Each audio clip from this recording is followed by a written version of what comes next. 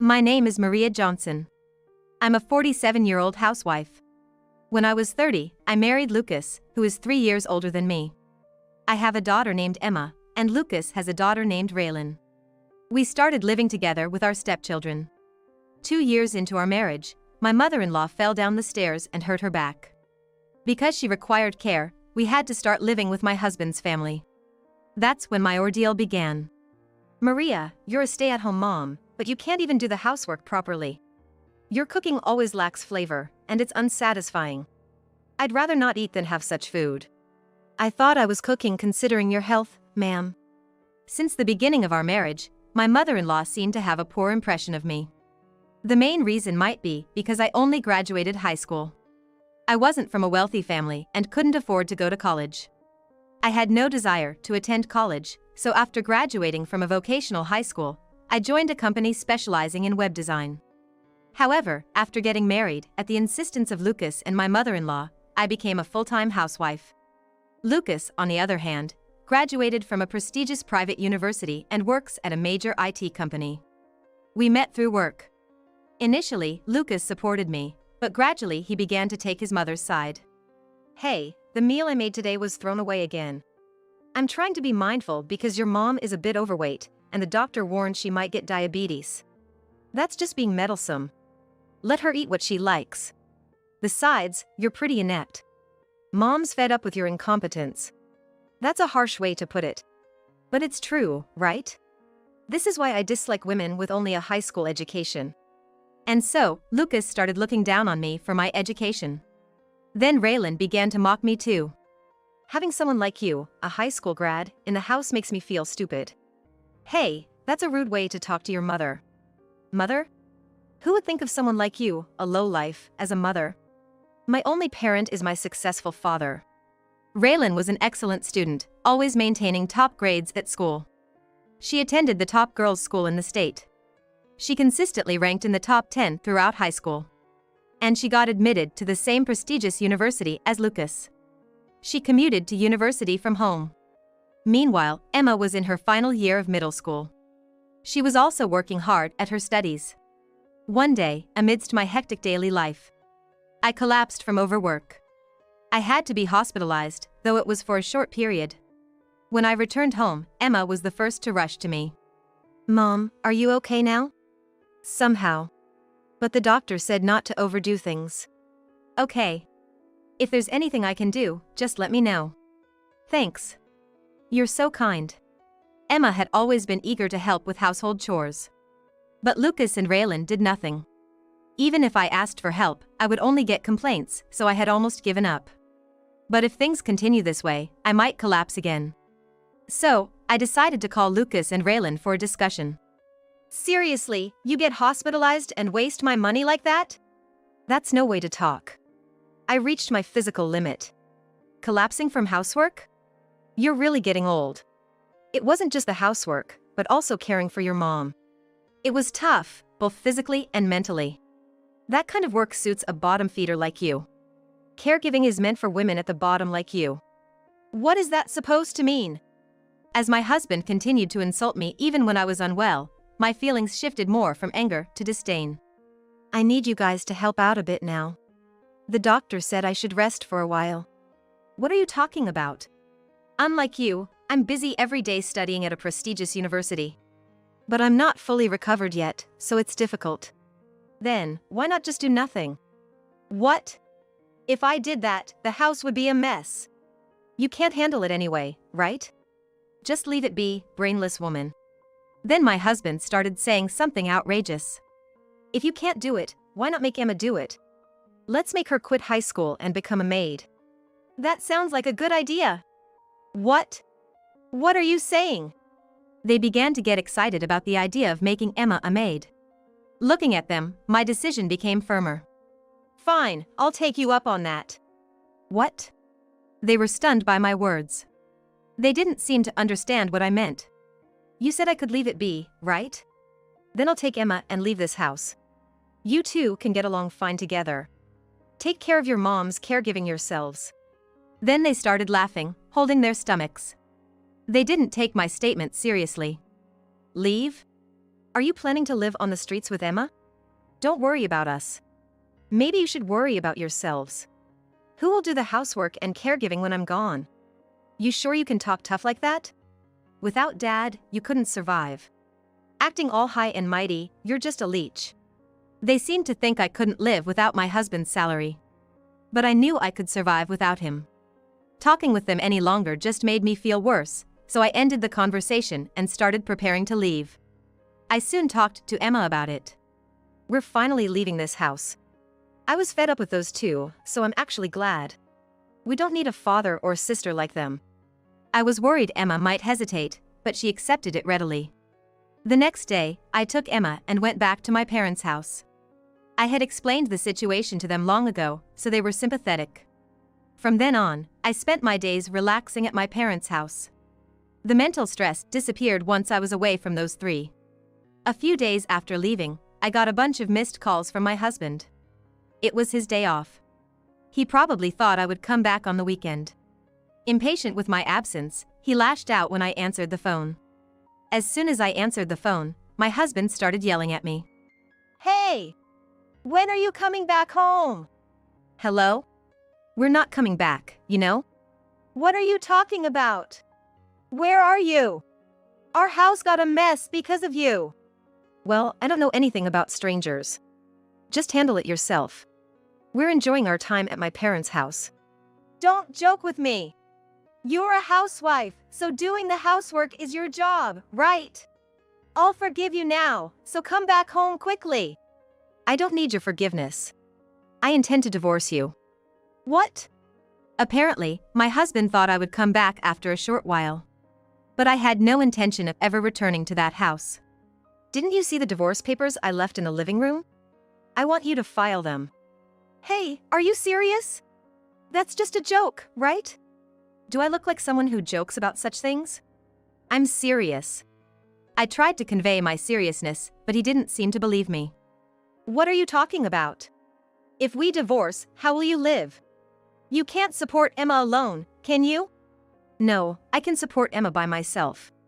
Aren't you the ones who will have trouble without me? What? I don't need you.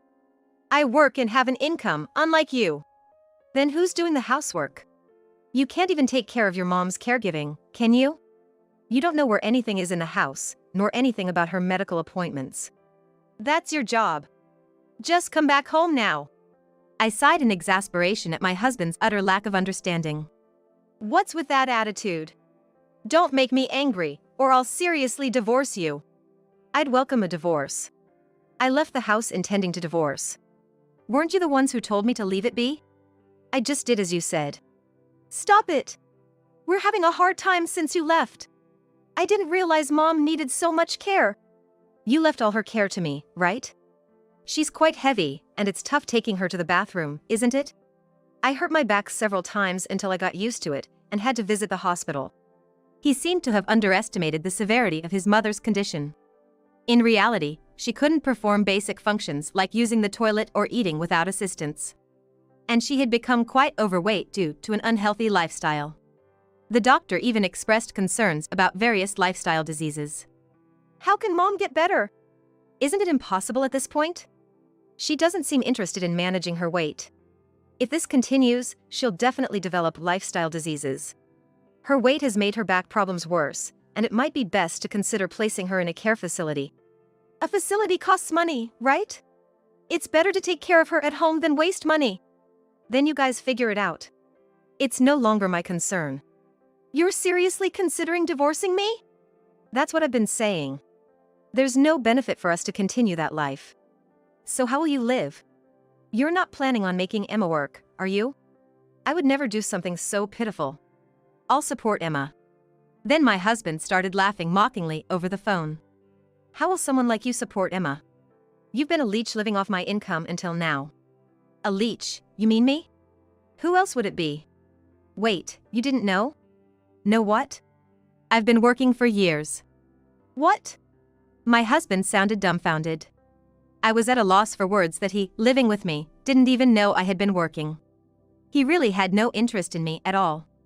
I told you I was starting a job because your income alone was barely enough. A job? But you were always at home. I said I was going to do work that I could do from home, remember? What? I don't remember that conversation. You just don't remember. I definitely told you. But work from home is like piecework, right? How can you raise Emma on such a small salary? Can you stop assuming things? I'm earning as much as you. If you think I'm lying, I can show you my bank account. What? You? He seemed shocked, lost for words for a while. I decided to tell him about my job. Remember, I used to work at a web design company? I used that experience to take on projects and earn money from home. It's convenient since I can work between household chores. So, when you were up late on the computer, you weren't just playing around, you were working? Exactly. I wanted to work as much as possible whenever I had time. Having a stable income means I can be ready for a divorce anytime. You were preparing for a divorce? Well, yes. I couldn't bear the thought of living like this forever. What the? I could sense his panic over the phone. My husband, who had always looked down on me, seemed to believe I was incapable of earning money. But back when I was single, I was earning quite well compared to others my age. I had obtained qualifications to stand out and had a decent track record at my company. I could tell he was chagrined. Why would you? Even with a high school diploma, I can make it work with effort. Of course, education might be important, but without personal effort, it doesn't count for much in the real world. What? You're so cheeky. He muttered, clicking his tongue. Did you really think we could get by on your salary alone? Of course. I had a good income. But the money you contributed for household expenses was only about $1,000 a month. Did you think that was enough for a family of 5? $1,000 is plenty. Managing the money is your job as a woman. I sighed again at his inability to understand. True, he had a decent income working for a major company. In the beginning, he contributed more money, but gradually he gave less. Since then, I had been dipping into my savings and working to make ends meet. I've been covering the medical expenses for your mom and the shortfall in our food budget. But I gave you $1,000. What did you use my money for? It mostly went on rent and high utility bills. Recently, electricity costs have soared, especially in the summer when air conditioning can cost nearly $500 a month. Besides, your mother always complains about the food and wants expensive items. It hurt to see the money I earned spent on her unnecessary expenses. You shouldn't call it unnecessary. I had never complained to my husband to this extent before. He seemed a bit surprised, but more annoyed. If you're going to act like this, I'll gladly divorce you. Don't come back later wanting to reconcile. Of course, that's fine with me. I assure you, I'll never ask for reconciliation. Fine. Then I won't ever see you again. And I won't pay a dime for Emma's child support. I don't plan to ask you for child support. Instead, I'll be asking for alimony. What? He sounded deflated. He must have thought I was clueless about everything. You thought I wouldn't find out? Find out what? Why should I be paying you alimony? Because you've been cheating, obviously. And with a woman almost 2 decades younger than you. I wonder why she chose you, even though she's married. What are you talking about? I haven't cheated. You must be mistaken. I'm not mistaken. I had it investigated by professionals. What? Professionals? I thought your behavior was suspicious, so I hired a private investigator. I have solid evidence, so you'll be paying me alimony. I had suspected my husband's strange behavior for years and had hired a detective agency to investigate. It turned out he was having an affair with a young woman at work. She was a temp who joined a few years ago. I don't know who initiated it, but they were secretly meeting after work. He must have thought I had no clue. He didn't even bother to lock his phone and openly communicated with her. I had all their exchanges as evidence. When he realized I had been investigating him secretly, he started to get angry. So, you've been snooping around behind my back. You're such a nasty woman. I don't want to hear that from someone who's openly cheating with a coworker. Won't it be bad if your workplace finds out? You didn't tell my workplace, did you? No, I haven't said anything, but it's only a matter of time before it gets out. Her husband will probably realize it too. Shut up. I've been living with you and taking care of you all this time. I'm not paying any alimony. Of course, I didn't expect it, but my husband didn't even offer a single apology for his affair. Furthermore, he even tried to blame me for his cheating. I cheated because you weren't attractive enough as a woman. You didn't wear makeup or dress well. You were just an old woman. I had no choice. I was busy with housework, caregiving, and my job. I didn't have time or money to care about fashion. Don't make excuses. Luna was always stylish and well made up. She even went to the gym to keep in shape. You're nothing like her. You really have no remorse, do you? Why should I apologize to you? You're the one at fault here. Whatever, I'll be claiming alimony since you've spent on her instead of supporting me more. I'll also let her know about this. What? You're going to intervene on Luna's side, too? Of course. She knew you were married and still had an affair with you. If you do that, her husband will find out. He has the right to know. It's going to be quite a mess for you. Don't you dare get in touch with Luna. I won't forgive you. She's responsible too. We'll discuss this further through our lawyers. Goodbye. Wait, we're not done talking. He was shouting complaints, but I ignored him. I hung up and blocked his number. Later, we finalized our divorce through lawyers. I successfully collected alimony from my ex-husband. I escaped that hellish life, but months after the divorce, Raylan called me. Over the phone, Raylan was crying. Mom, I need your help. I can't live with Dad anymore. I want to get out of this house as soon as possible. What? I'm not your mom anymore. I coldly brushed her off, and she cried even more. I regretted answering the call but reluctantly agreed to listen to her story. Dad told me to drop out of college and start working. I worked so hard to get into my current university. Isn't that terrible? I have nothing to do with Dad's affair, so why do I have to suffer like this? Raylan apparently had no idea about her father's affair. She was severely disillusioned when she found out he was cheating with a younger woman, and their relationship had soured. Also, there was a secret about her father's mistress. The mistress's husband, he was a dangerous guy, right? Dad got hit with a huge alimony claim and scary debt collectors started showing up. We had to move out of our apartment and now we're living in a shabby one. I kind of know about you guys.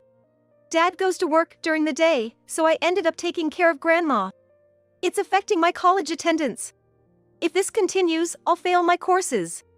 Mom, please help me. You said you didn't think of me as your mother, remember? I'm sorry, but I no longer think of you as my daughter. Emma is all the daughter I need. That's cruel. Why would you say something like that? Raylan must have thought I would extend a helping hand.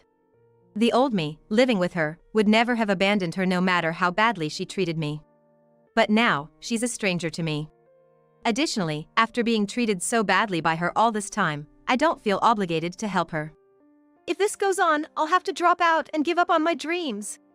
I'll do anything to help, just let me live with you. That's impossible. I can barely afford to support Emma on my income. She wants to go to college too, and I need to save for that. What about me? My life is a mess. If you're going to blame someone, blame your father. I'm sorry, but I can't forgive you. I haven't forgiven you for everything you've done. I'm sorry for the awful things I said. I won't ever say them again. It's not just about me. You've been terrible to Emma too. Terrible? I haven't done anything to Emma. Don't bother lying. I know everything. Emma told me everything. What? Emma talked to you about it? Yes, she cried and told me everything that happened. Emma and Raylan are 4 years apart. Raylan used to harass Emma when I wasn't looking. It was common for her to say hurtful things. She apparently even took things I bought for Emma and tried to push her down the stairs. Raylan threatened her not to tell me, so she couldn't talk to me about it. I found out about the harassment when I decided to leave the house. To me, Emma is more important than my own life. I can't help someone who hurt my daughter like you did. Then, if not living together, at least lend me some money. I really don't want to drop out of college. I'm so desperate for money, I don't even have time for a part-time job. If I had money to lend, I'd use it for Emma. That's so unfair. It might sound harsh, but I think you should experience the same hell as your father. Don't say that. Mom, what's happened to you? I'm not your mother. Stop calling me that, it's unpleasant. Don't contact me for trivial things anymore. I won't answer your calls. Wait, just a minute. Raylan was screaming over the phone, but I ignored her and hung up. It may seem heartless, but I have no regrets. After that call, Raylan tried to contact me several times, but I ignored all of them. She sent numerous messages asking for help, but of course, I didn't respond. Out of curiosity, I did check up on her situation. It seems that she eventually dropped out of college. She was forced out due to unpaid tuition fees. My ex-husband Lucas had asked Raylan to work part-time and take care of her grandmother. But Raylan furiously left the house. Lucas had to keep working to pay off his debts, so he couldn't care for his mother and had to put her in a facility. The facility's expenses are being covered by loans. As for the mistress, she apparently left her job, but Lucas continues to work. His affair has become known at work, and he's being looked at with disdain. Despite this, he can't quit due to his debts and living expenses, and is working under uncomfortable circumstances. Meanwhile, I'm living a comfortable life, free from those three. I have supportive parents at home, and Emma is thriving. Though moving because of Emma's high school admission was necessary, she got into the top school in the county and is enjoying her high school life. Emma aspires to become a lawyer. She was inspired by the attorney who handled my case. From now on, I want to forget the past and live looking forward.